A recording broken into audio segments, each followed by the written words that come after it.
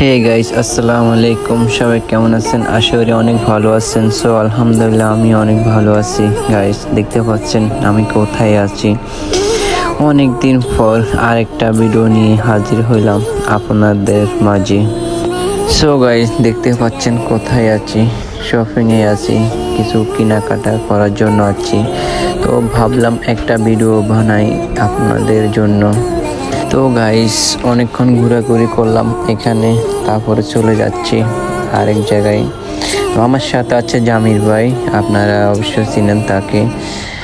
গত লাস্ট ভিডিওতে ও ছিল আমার সাথে, তো আপনারা দেখতে পাচ্ছেন।